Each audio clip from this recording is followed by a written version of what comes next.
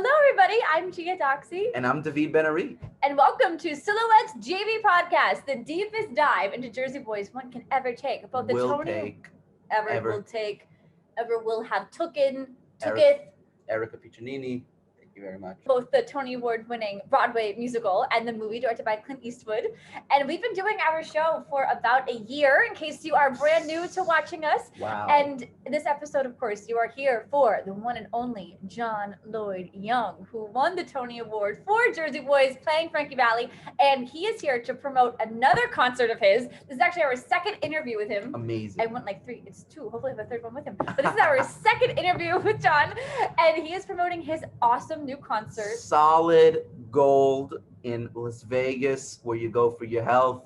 It's going to be Salud Gold at the Space in Las Vegas, July 9th at This upcoming Friday, 7 p.m. PST. And this one is different, guys, because it's not going to be on demand. No. Nope. You got to watch it live, whether you're in person at the Space or you're watching it on demand. Not on demand. I just said no on demand. You're watching it at home. Staying at home. John's going to be playing to the camera a little bit. It's going to be a show. Yes, of disco songs and 80s funk and soul. It's going to be a wonderful time of that era because, of course, things are getting a lot better and COVID restrictions are being limited, which is good. Limiting the restrictions, pretty cool. And we are coming out of this. We're on our way out, and they're doing the show in Las Vegas at full capacity, but of course you can watch it at home too, which is great. So if you go to the Space LV, you can buy your tickets there. It is $30 to watch on live stream and $100 to watch, of course, the live stream and attend the after party, the virtual after party afterwards. And today, right now, as you're watching this on our premiere, today is John Lloyd Young's birthday. Salud! Yes, it is July 4th of July. Of course. You know, he never has to worry about a party. Nope, exactly. He mentions that. Yes, and we're so excited because he added 12 new songs to his repertoire. He has about 80 right now. Literally over 80 songs in his rep. Yes, and here's talk all about his show. Singer, is that style or what? Exactly. I love it. Yes. Love it. So you don't want to talk to us anymore, but please stay tuned for this awesome episode. It was great. And of course, the one and only Howard Tucker is joining us. I'm sure many of you are watching this thanks to Howard Tucker. Please comment, like, and subscribe because we have so many more fun episodes for you coming soon, meaning next week. So we got you. All right, so please enjoy and have a wonderful rest of your day. And if you're watching this on the 4th of July, have a wonderful, safe American time. Salud. Everyone, welcome. Hi, welcome. Silhouette John, JV Podcast featuring John Lloyd Young. He's back in the Zoom studio. Yes. He's got his next concert coming up soon, Salud Gold, on Sunday. No, wow. Okay. It's all right. You'll get it. Sorry, I trust you. Oh, thank you. So it's his birthday though is coming up Sunday. His birthday is coming up Sunday on July 4th. Happy birthday, America. Happy birthday, John Lloyd Young, which is when this episode will be airing. And Gia, it is nice to see you back on the Zoom studio. Yes, you too. I saw you this morning and now I'm seeing you on the computer. And of course, Howard Tucker is back with us. We are so excited to have Howard talk to John. And Howard has some fun little stories that he wants to share with John too. So Howard, take it away.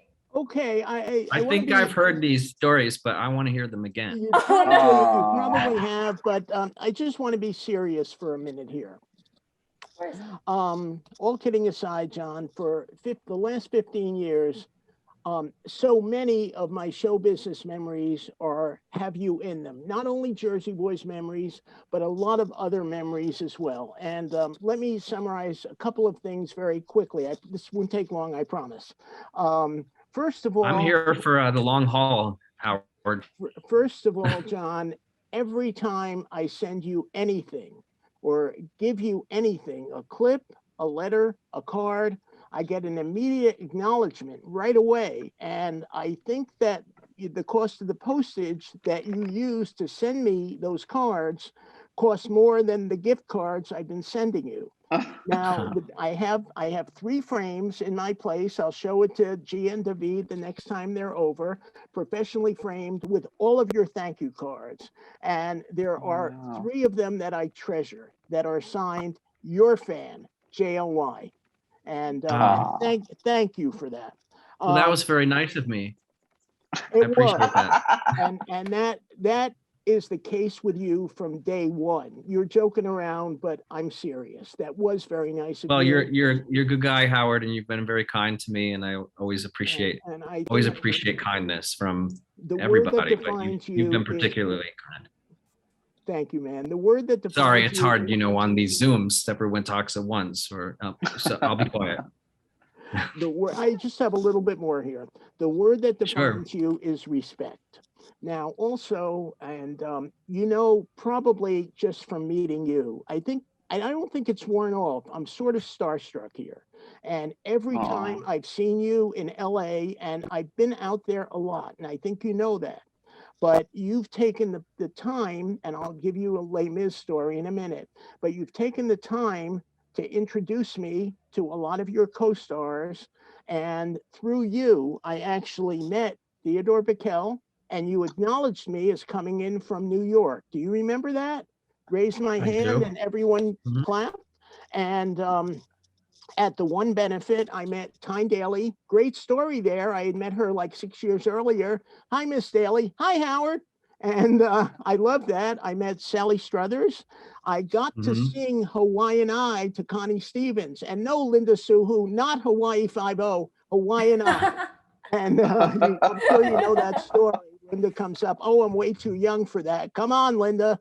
Anyway, I sent her a lot of DVDs, and she and Warren watched them. But one of the best things that I remember is when you came out of Les Mis. There were a lot of people at the stage door, and a few of them pretty famous people. And I remember Peter Bergman from The Young and the Restless standing next to me. And as you came out, hi, Howard. And that was the first. And Stub's son, Garrett, looked at him. Hey, this guy must be important. And one other memory that comes up is at the brunch last year, and you know it. And I've told this one you've heard before. When you walked in with Renee, I wasn't up front, but you were pointed at me. Hey, Howard, we were just talking about you. Now you didn't tell me what you were saying, but I'm sure it was good. I'll leave that go. Now, 2 quick ones, very apropos. This one I think is very apropos, and I don't know if you're going to remember this because you were a little bit distracted, but it's apropos tonight at the Jersey Boys movie at the premiere. You gave me a giant hug, as you always do, and you said, well, Howard, we've come full circle. And my answer to you was, well, not necessarily, JLY. As Barry Manilow puts it, somewhere down the road, our roads are going to cross again. We really don't know when. Maybe, no, now I'm stumbling over this. It's okay, I get the gist. No. We've got to go. Maybe we've just begun. Maybe the best is yet to come. And that was 7 years ago. And now we even haven't come full circle. So I think we're just going around in circles and like bouncing into each other, sort of like, heavenly bodies in space. And looks like you've got some heavenly bodies behind you there. Oh, well, that's because you wouldn't see the mess behind me. And, yeah. Just 2 other very quick strategy. When you and I broke bread at the Cosmic Diner, and I think you probably remember that, you actually asked me so many questions about my life and where I went to school and my career and my upbringing and my parents. And then at the end, I said to you, well, John Lloyd, it was wonderful talking about our lives. And I thought you were going to say to me, what do you mean talking about our lives? We talked about your life, but you didn't. And then the last one, to paraphrase, you and I have been through a lot. But what was the best? All of it was great. But the best was when it was all in front of us and you and I met at Junior's restaurant. You gave me a big hug and a picture and a picture, and I had a nice big piece of cheesecake. And after all these years, Sean, this, I think you've thanked me over and over again, but being here tonight with you on the podcast is probably the best thank you could give me. So not to Well, embarrass you, but thank you, man. I'm always glad to see you, and I'm looking forward to the, now that we're emerging from this cave that we've all been in, looking forward to seeing you in person again. We just like always, big hug, I'm sure. Now we can do that safely, right? You got to tell me how to lose 20 pounds before I see you. You got the Pritikin diet. Or it's been around since the 70s. Get your arms around me. I'm telling you, the Pritikin diet. What is that diet? Well, it's sort of like Noom has sort of ripped off Pritikin because it's basically the same. Pritikin's been around since the 70s. It was started in California, and it's all about calorie density. As long as whatever you're eating is less than 600 calories per pound, you can eat as much of it as you want. Oh. And so it's just but every ingredient that you put together has to be by itself has to be under 600 calories per pound.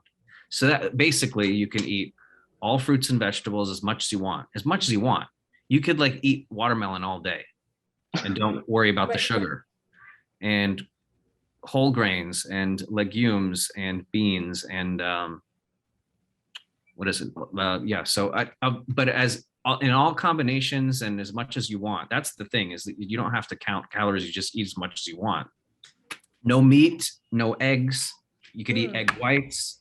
You need a tiny bit of meat, but look it up. It's very famous, and they give it all to you. They give it all away on their website. Look, you don't even have to subscribe like you do with Noom. Noom gives it out to you little by little, but it's basically the same thing. Sorry, Noom. I don't mean to, sink your boat, but yeah. Anyway, I know you didn't really mean that like literally, but I'm telling you, literally, Californian for a long time, we think about these things all the time. All the time. Yeah. Well, now we know. Thank you so much. I never heard of that before. The only things I really knew were the Richard Simmons diets and things like that. But there's also you don't have to think about that stuff yet. You're young enough. You don't have to think about that stuff yet. Hopefully. Not like us, right, Howard? Right. No. Anyway. There's also the seafood thanks diet. for the heads up, John. Yeah. But John, you have a really big birthday coming up on Sunday, 45. How do you feel? Well, it's actually 46, but 46? It's okay. I'm so it's sorry. actually just like a nothing birthday, but it's still a birthday, and that's I'm glad to have made it to another birthday after what we just saw. Yeah. Of course. Yes. But thank you. It's going to be exciting. I never really have to worry about July 4th because it's always a party no matter what. So whether I have plans or not, it's always a festive day, and I always feel satisfied with my birthday. So I'm glad to be safe and healthy and engaging with friends just 2 days before, like you guys, and and then I got a lot of work to do because I have a brand new set that I've been working on for there we a go, week guys. There's I couldn't help thinking about this. It's gonna kill me. There's a strip club in Miami right near where I live called Solid Gold. Well, and my friend when I was younger, maybe in 3rd grade, my mom was driving me and a friend home, and this guy was bragging how his dad got kicked out of the strip club named Solid Gold. Well, I bet you that the Solid Gold kind of that I'm referring to was around before that strip club, and there was actually a TV show called Solid Gold, and it had. I remember that, of course. Yeah, it had a lot of disco and gold lame and terry cloth, headbands and stuff, and a certain style and certain type of music, a certain time period. And the reason that I wanted to do that kind of material now is because things are sort of opening up, and it's a celebratory time. And there, you guys are too young, but I'm sure that the early 70s was a really tough time.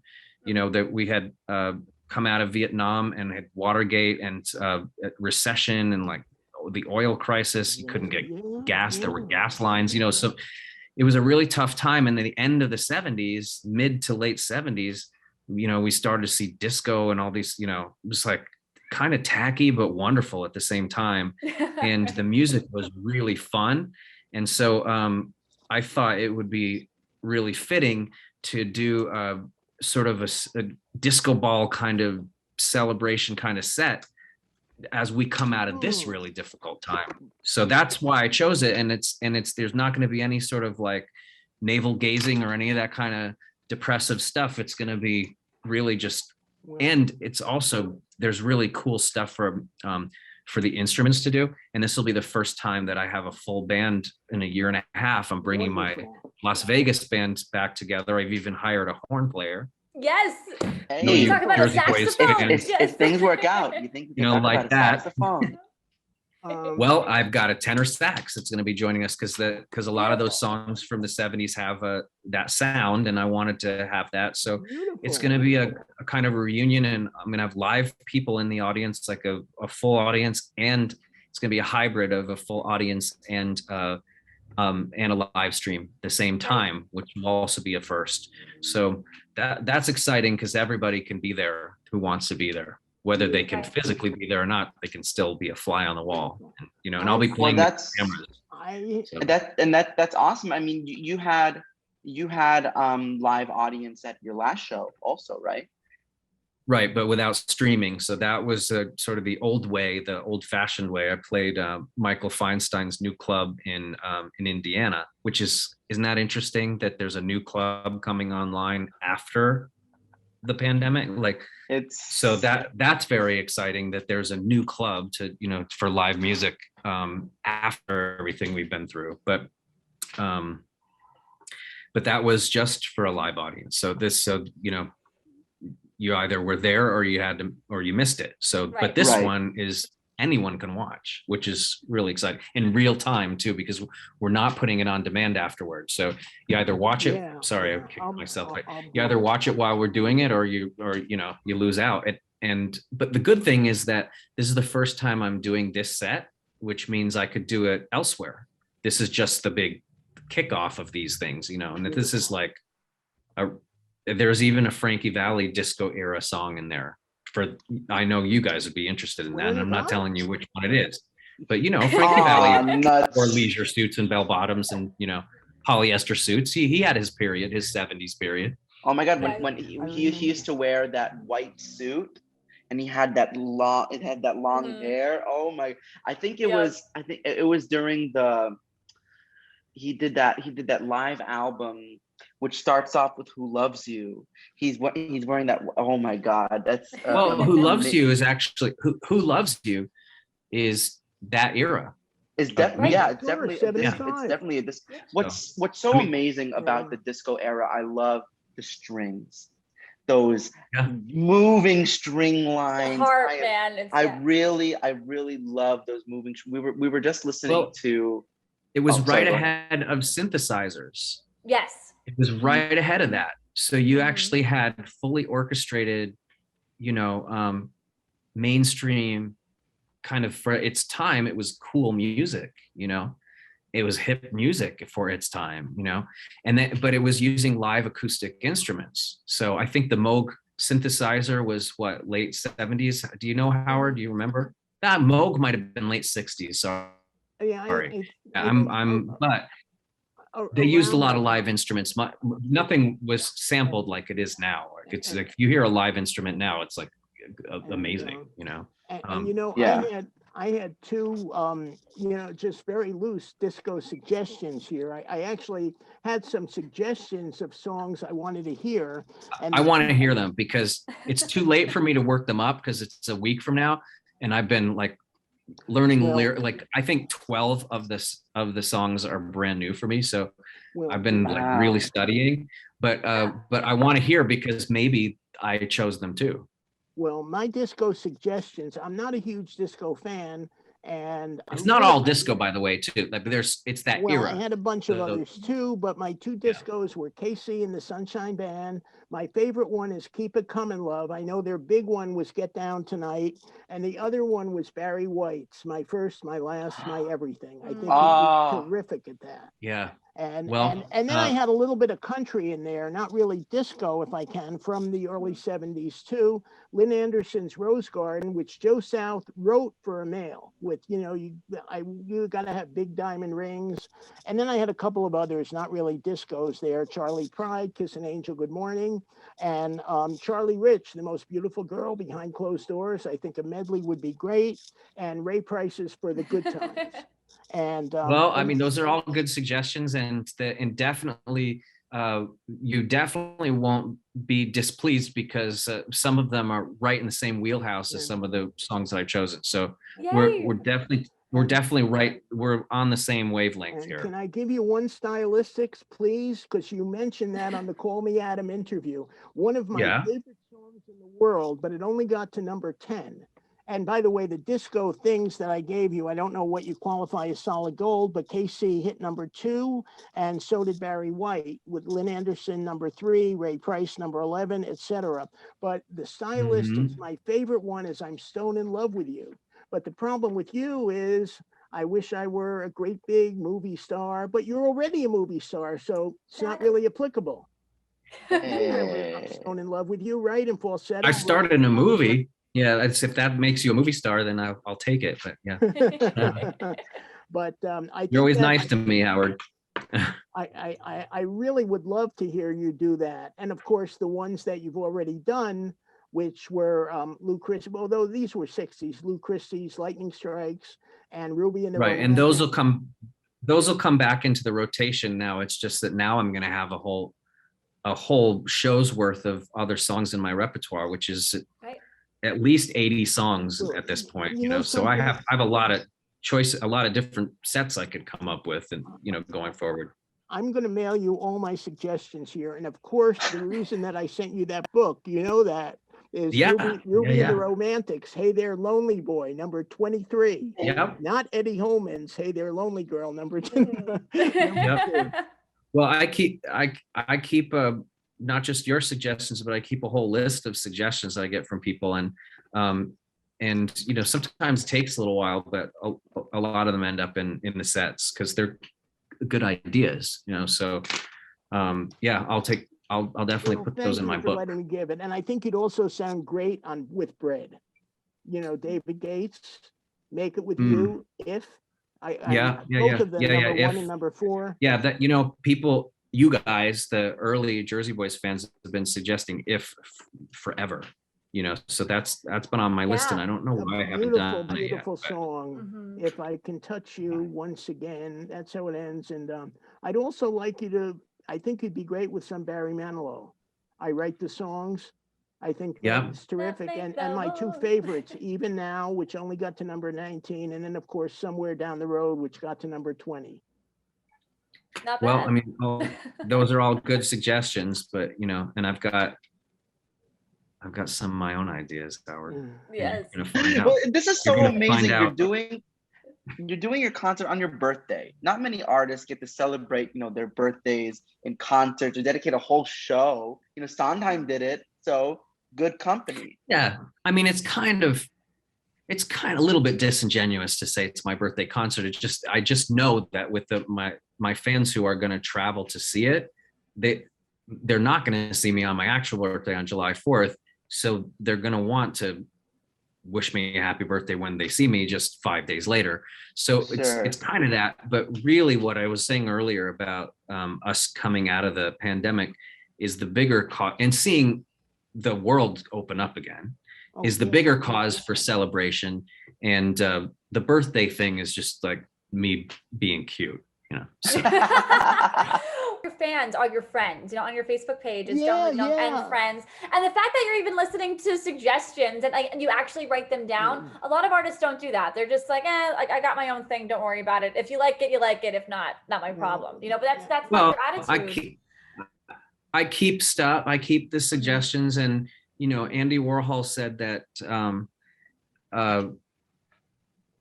I'm blanking now. I had it, but it's some quotation, Andy Warhol, that a good idea can come from anywhere, but on the other side, he said a lot of people will tell you what to do, but if it doesn't feel right for you, don't do it. And so, I can see how even Sinatra, I think Mia Farrow at one point suggested a song to him, you know, and in his era, everyone was covering each other's songs. If it was a good song, a lot of the major singers would cover it.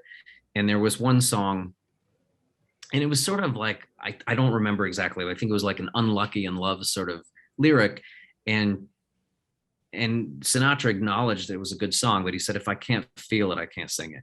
And so he never covered that one. I wish I remembered which one it was. But that doesn't matter so much. And, What's that, Howard? I was going to ask you another birthday question. It's too late for this year, but on the Call Me Adam interview, you said ID channel was your favorite. But on a couple of calls again, I sent you a whole package of Forensic File DVDs. Did you get those? Okay, No so now I way. have to. Yeah. I've got. Well, it's true. Amazon delivers the next day, so maybe I could still make it.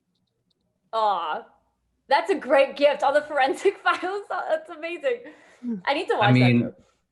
yeah, especially when I'm working on art. And I found this out too. This is interesting. Like when I'm working on artwork, I listen to true crime and podcasts and stuff like that, or have Forensic Files on the background, whatever. But there's a lot of artists do that. Listen to true crime while they work. A lot of painters. I didn't know that. I kind of find out on Clubhouse, going into like the art chat rooms. I don't do Clubhouse now. I got sick of it, but I, you know, I was surprised at how many people that's what they. Well, you got to do the math. It's on like 24 hours a day on HLN with Forensic Files. It obviously is very popular. There's a lot of people who are into true crime, but. A member of Clubhouse, John? Yeah, but I don't go on it anymore. In fact, I'll probably delete the app and just haven't gotten to it. We're kind of the same way though. We're kind of Yeah, John, I don't blame you for going off of it. I haven't been on it. It's a lot of bloviating is what it is, you know. Perfect For word. people, I don't know. It's like a conference with a lot of seminars I don't want to attend. So, Right. you know. Exactly. Anyway. Well, thankfully they're free. You don't have to fly to middle of Kansas for it. I remember I did that for one conference, and I'm like, I don't need to be here. Overall, preface everything with your birthday. Well, we have to say, you know, everything dropped away, and all there was the music, and that's what you're doing. And it's just so exciting that you're adding new songs to your repertoire. But do you know the top songs that were on your birthday? Like on July 4th, 1975. Did you ever look them up before? I think it was You Light Up My Life.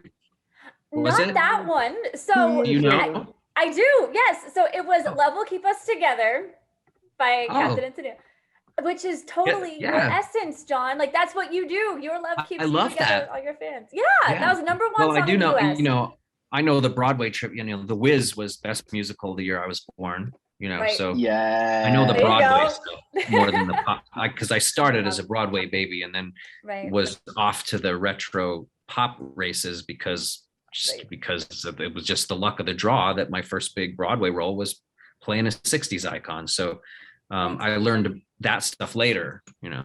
Okay, another question. Let's go. Sure. Okay. Speed round. Well, do you want to hear the rest of the number ones, just so you know them? It could be fun.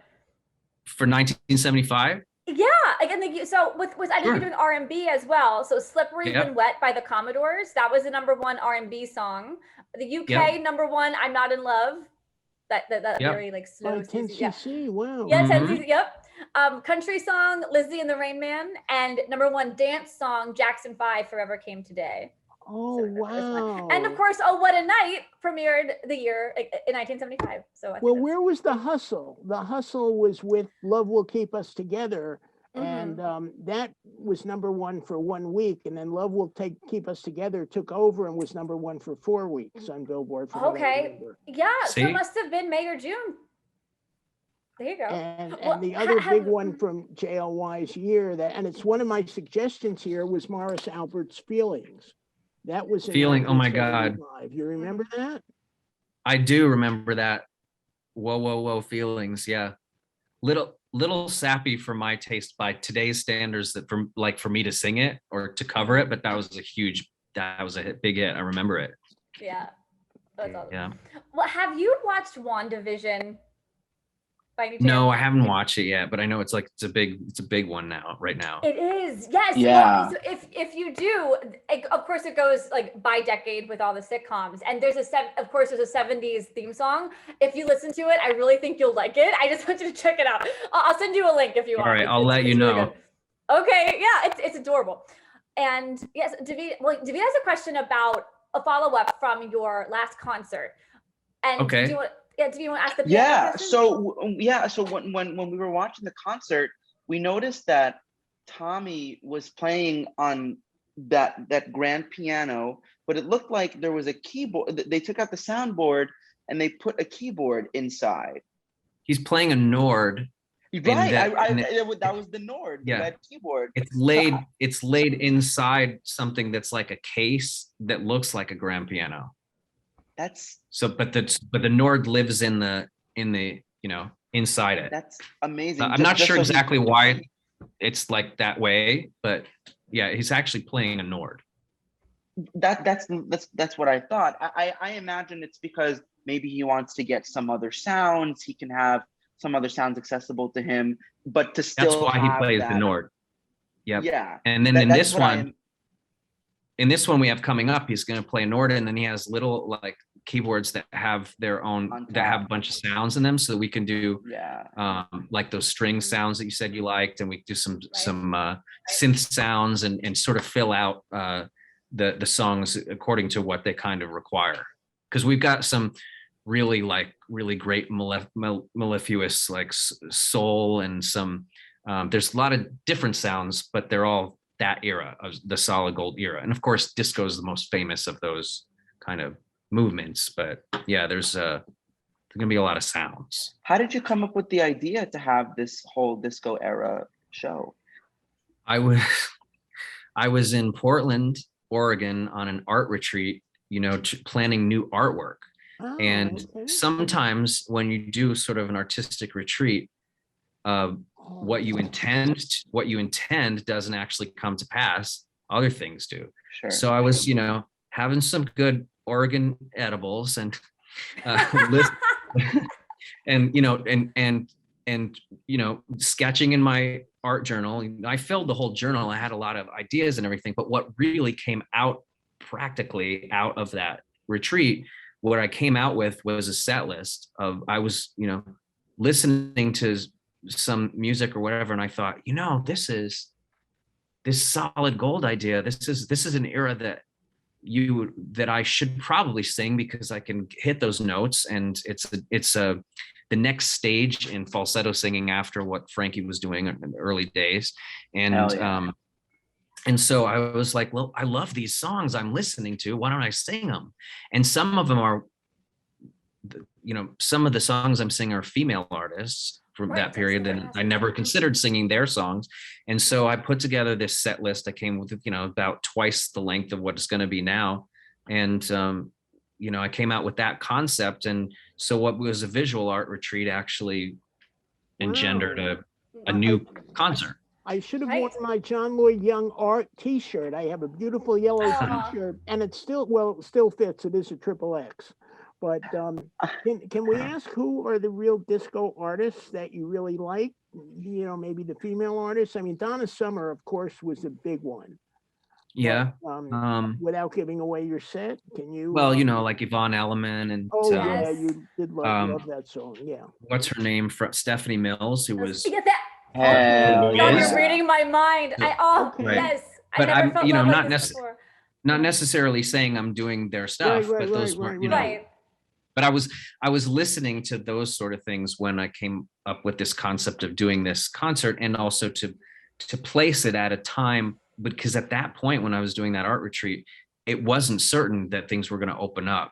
But I sort of had it in my journals and sort of in my mind, this is what the concert I want to give when things open. And so now they are, so now we're doing it. When you were thinking back on all these songs that you love, do you tend to fixate on one song and you just want to play it in your head for the next 10 hours of the day? Do you tend to do that with music? I used to.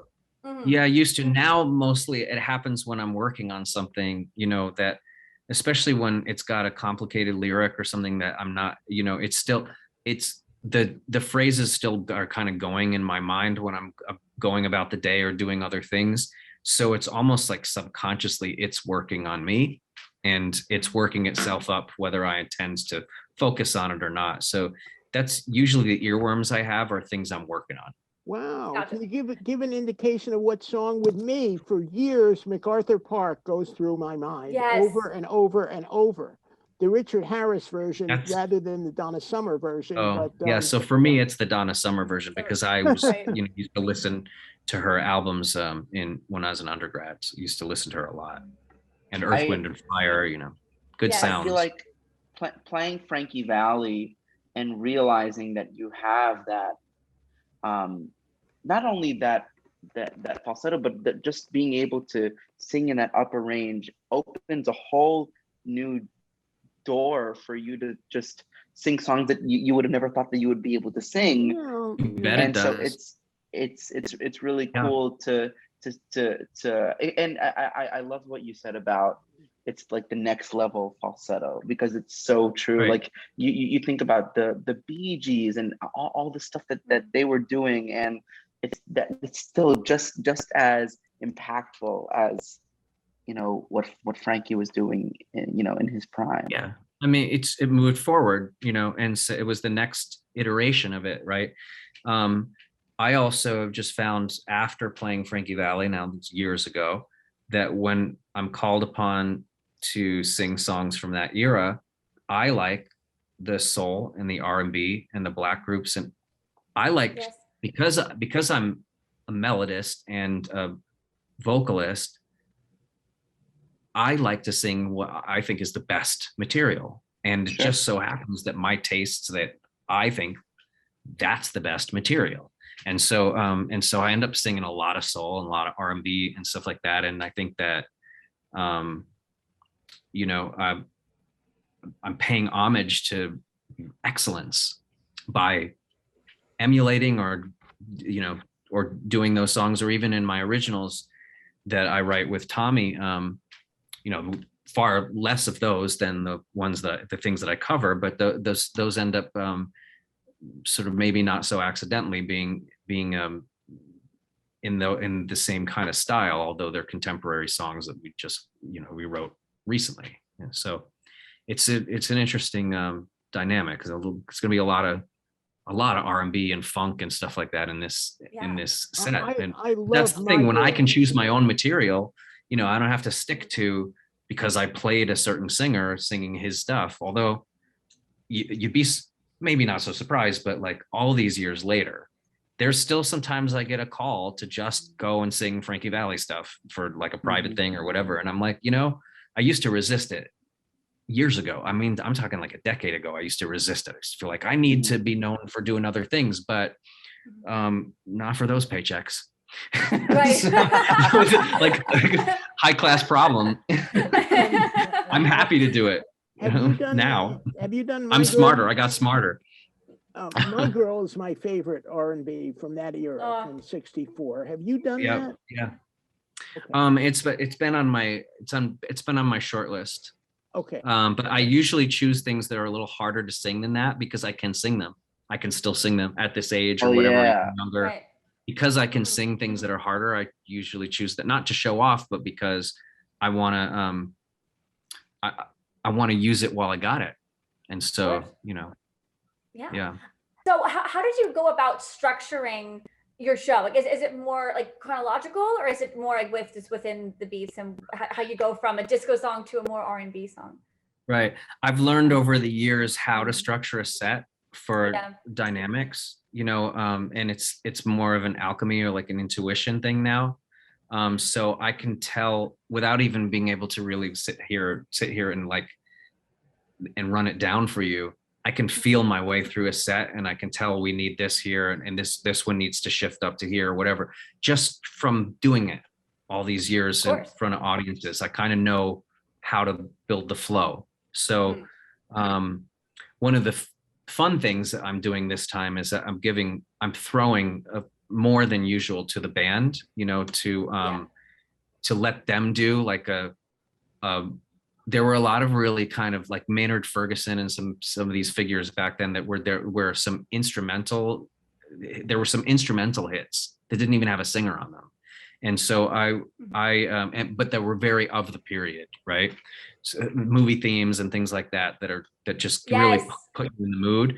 So I'm throwing to the band a few numbers that, so they could be like at a high point, and then I can come in on their tails with a ballad or something, and it would work.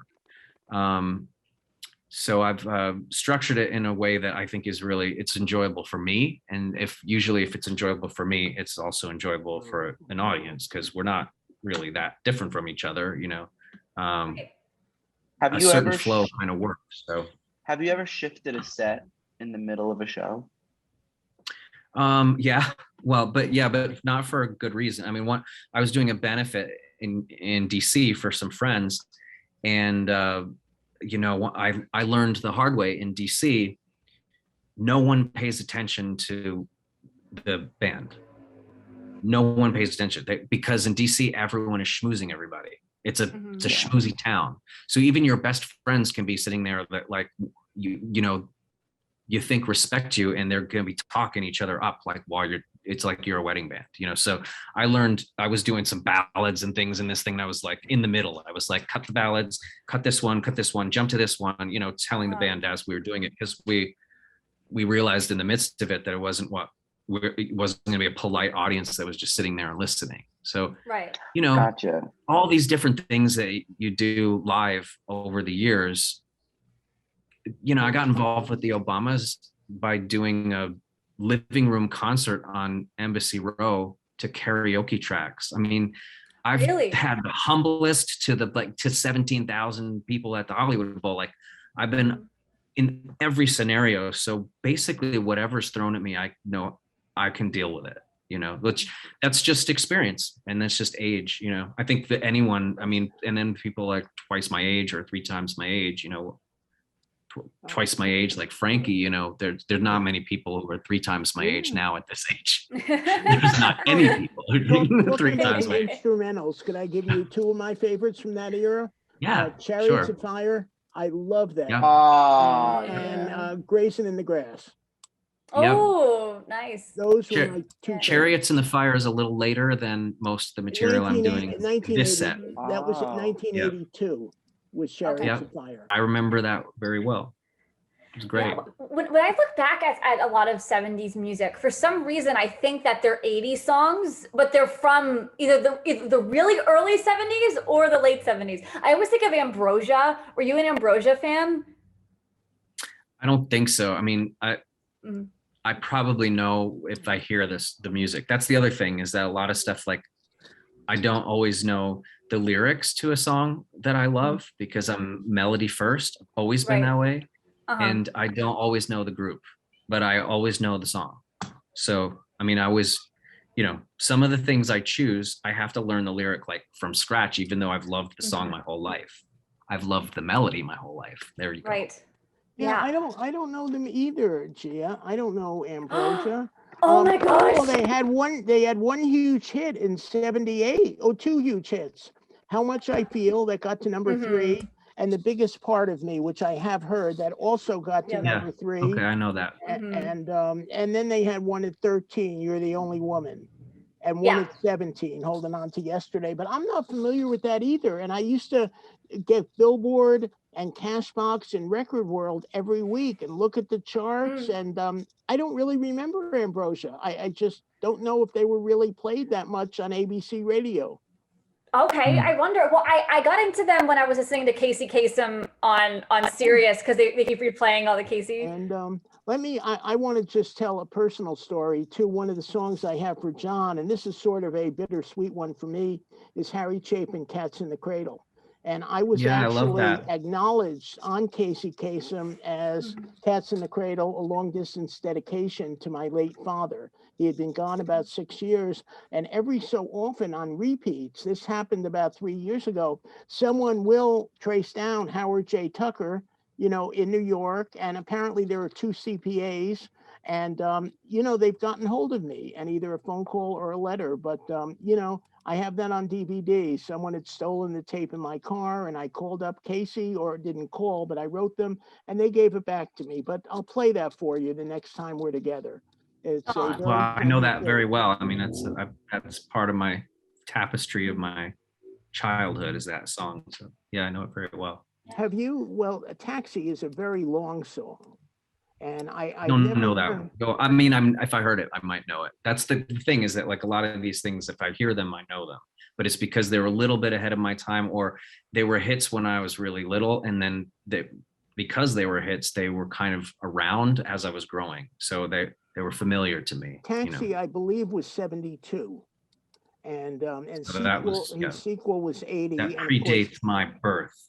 But thank you for letting me share that. Yeah. You bet. Well, when John is back in New York at 54 Below, hopefully we can all get together and we could jam. Oh my God! That'd be Are fun. you ever going to do Lincoln Center again? I thought that was a wonderful, wonderful concert. That was your first after you left Jersey Boys. Yeah.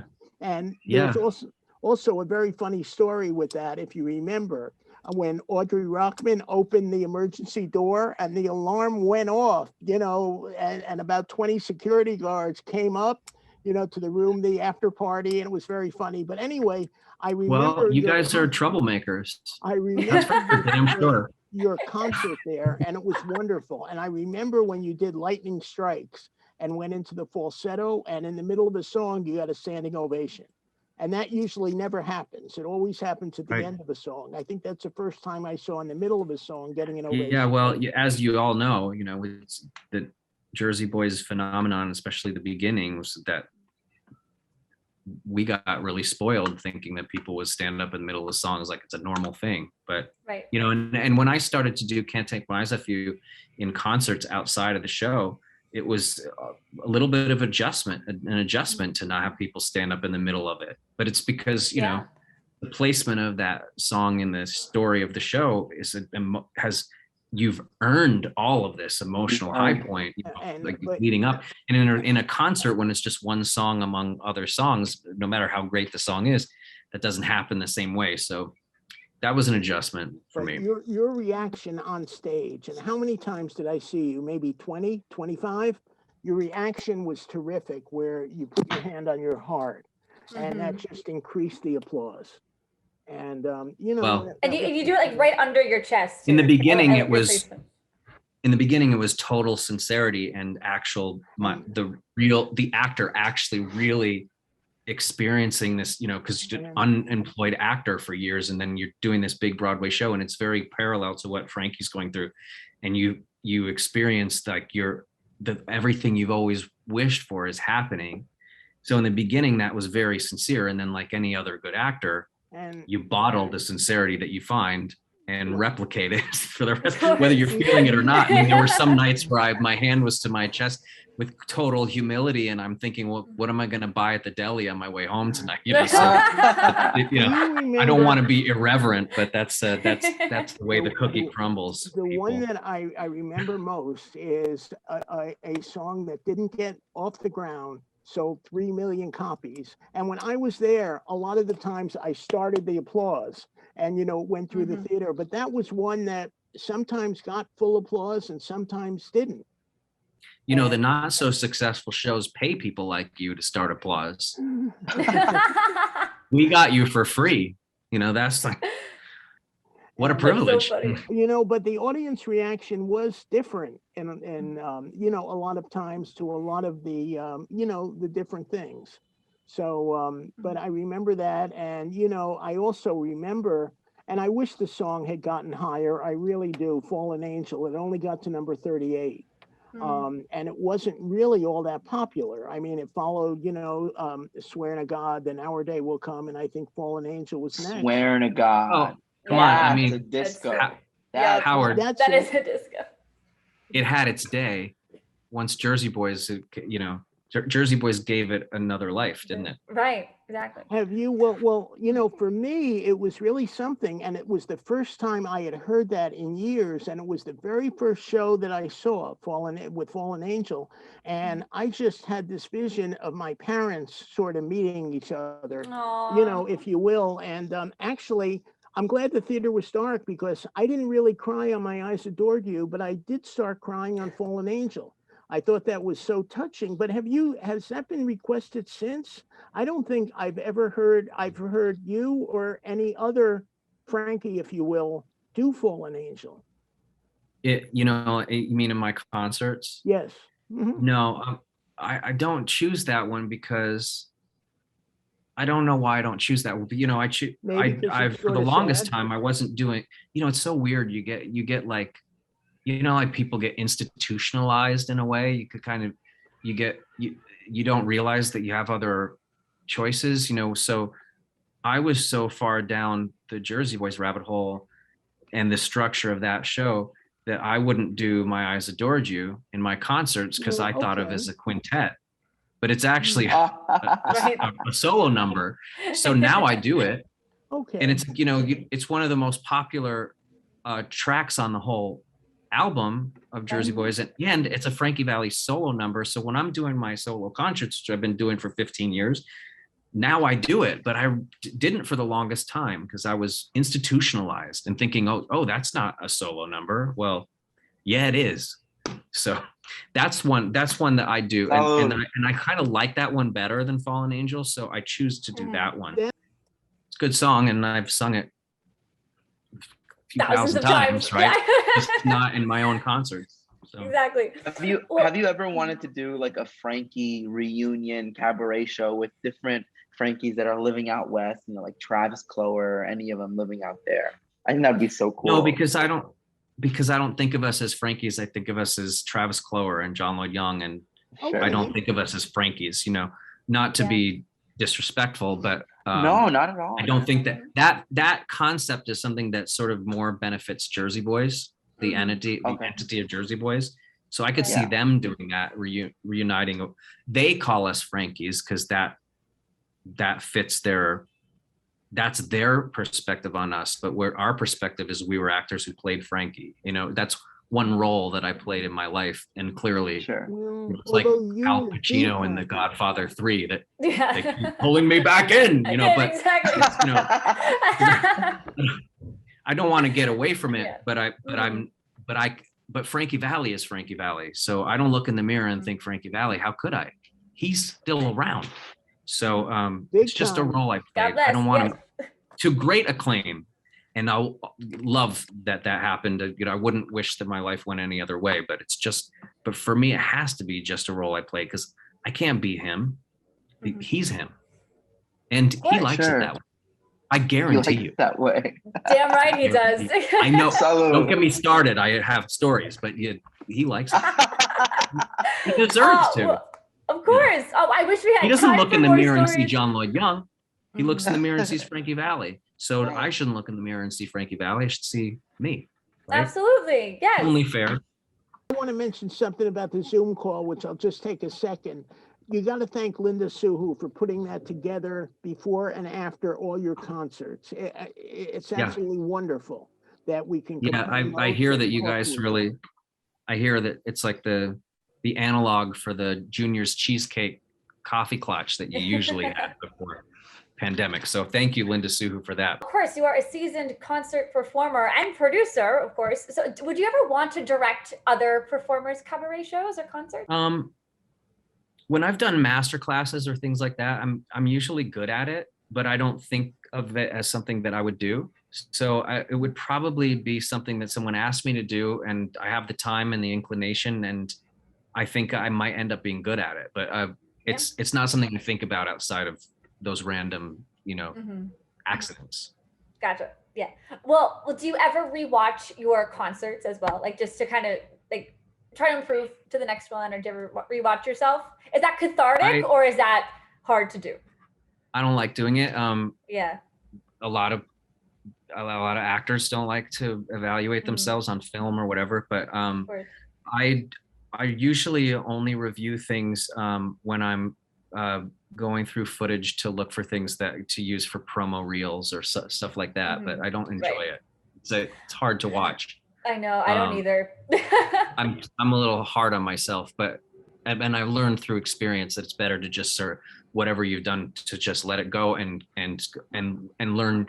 I can feel ways that I could be better without having to look at the footage, because I kind of have enough experience in front of a camera now that I kind of know, okay, I'll turn a little bit this way or whatever to get a better angle or whatever. Those sort of things, I just apply it the next time around and let it go. Yeah, well, Katie O'Toole told us the best story about you. I'm not sure if we told you last time we talked, but when you went back for your Broadway run, do you remember so she went to give you about like 10 different notes, and you were stretching, and it was cool in your dressing room, and you're just like, okay, I got it. And she's like, are you sure? She's like, are you good? And you're like, yeah, I got it. And then you went on stage and you applied all 10 of her notes. Implemented every single one. No problem. Maybe that was just lucky. But, I mean, I don't, I remember very, very early on when I was first starting out and doing some early shows, and there were some actors who would always have an excuse, when they were given a note, and the directors would just be like, take the note, And so I learned through watching that, just take the note. And that doesn't necessarily mean you agree or that you then do it.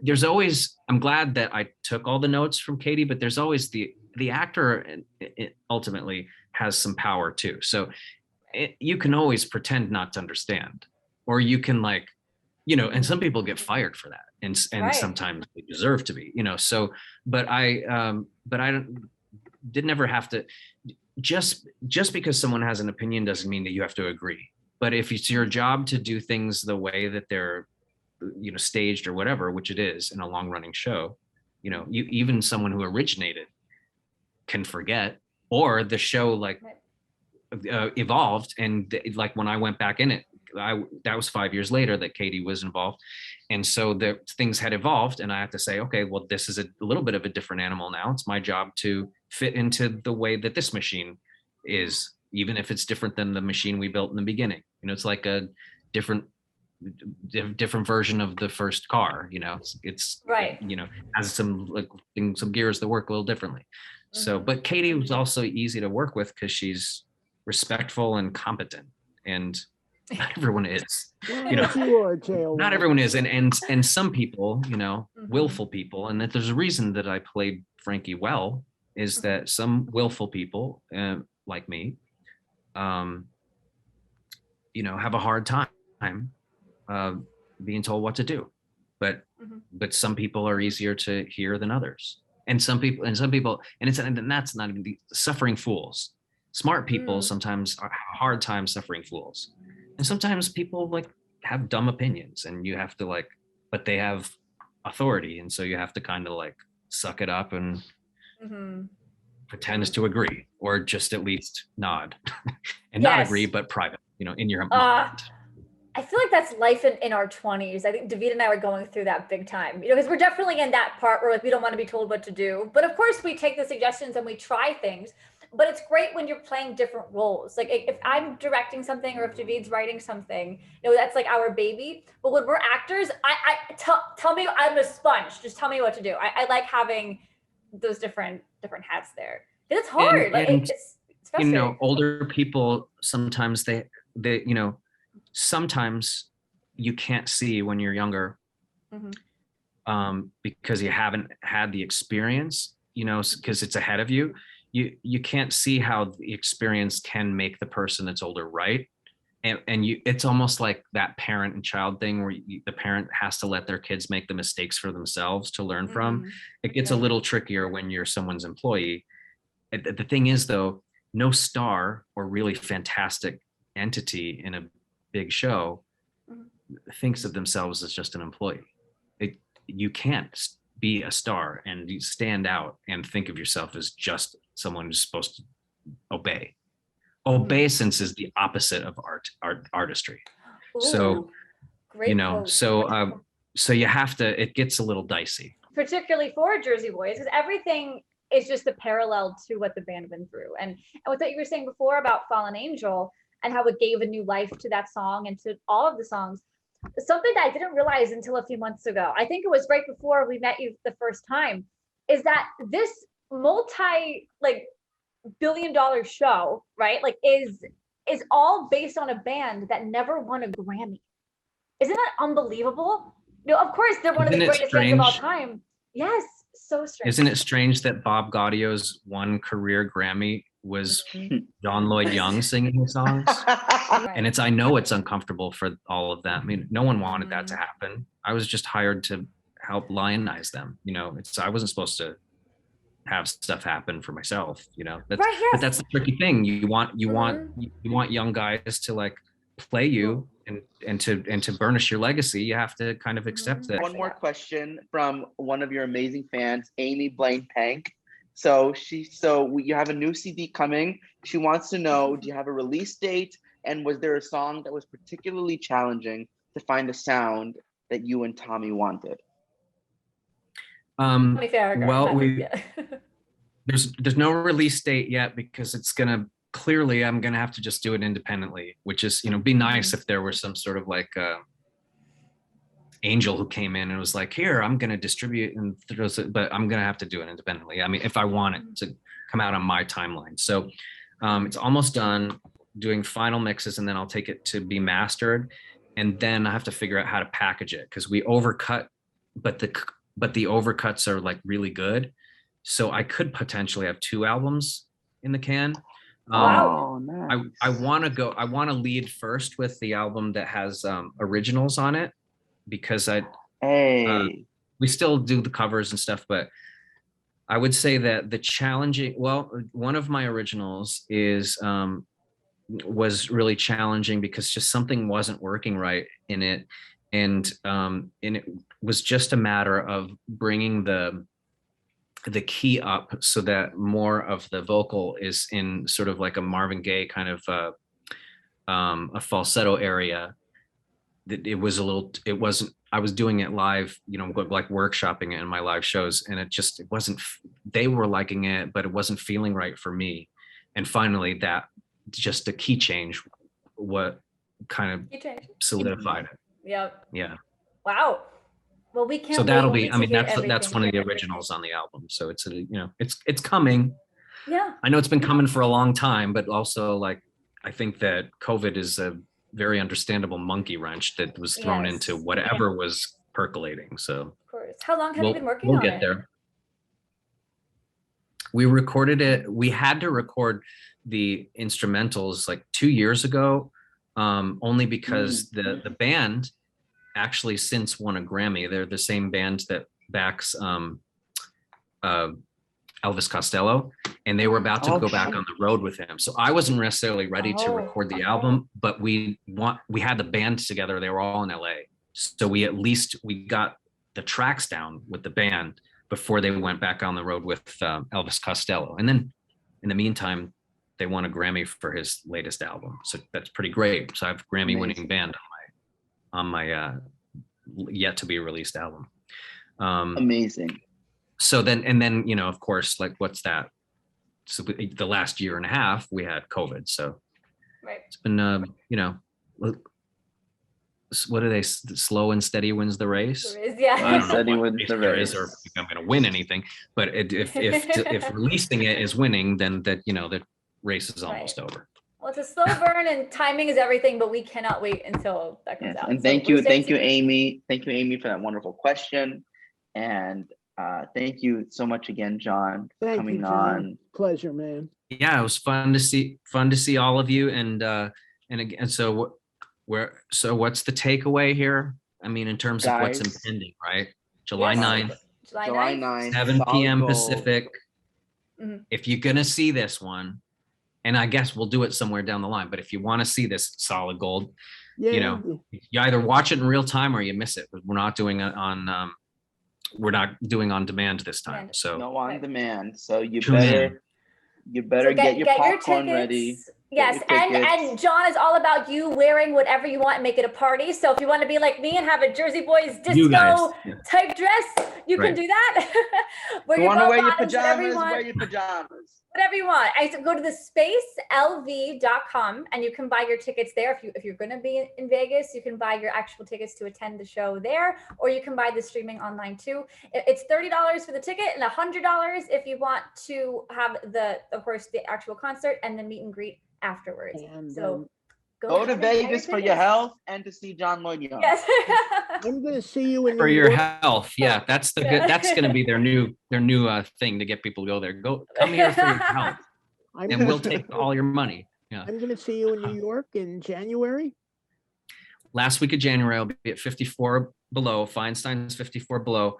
And my concept for that week is, because of all of these live streams that I've been doing, and each one has been a different set list, a different theme, a different whatever, promising a different kind of music. I have 6 shows the end of January, and each one is going to be a different set. So it's going to be like, going to be very Vegas inspired, because it's going to be like set list roulette. You don't know what you're going to get any particular night. So, for some of you, make a week of it, and you'll get 6 different shows in 6 different nights. Well, we will be there. For us, it was 2 out of 3. We can't wait to meet you in person, John, in January. And for now, we'll have to stick to the screen, and we'll see you. We'll see you at your concert, man. We'll see you, John. Great. Well, I'll be thinking of you, and Howard. I'll be in the back of my mind. I'll be thinking, okay, Howard's gonna like this one, and Howard's gonna know that this one was number 4, but like the weekend before, because you can take the guy out of accounting, but you can't take accounting out of the guy. I mean, there you go. Your mind is like a vice. Salud. I will see you in January, certainly, if not before. And this was such a treat. It really was. Thanks to all of you. It's and, be well. Enjoy the weekend. And you gave Thanks, me John, a wonderful. It's a couple months late, but you gave me a wonderful 70th birthday gift. So thank you. all right, well, get blessings to you, and I look forward to seeing you, all of you, in person now that we can do it. So it'll be before we know it. Yes. Happy 4th. Happy birthday. Thanks. Cheers. Salud. Bye. Bye, John. Thank you, John. Bye. Good night.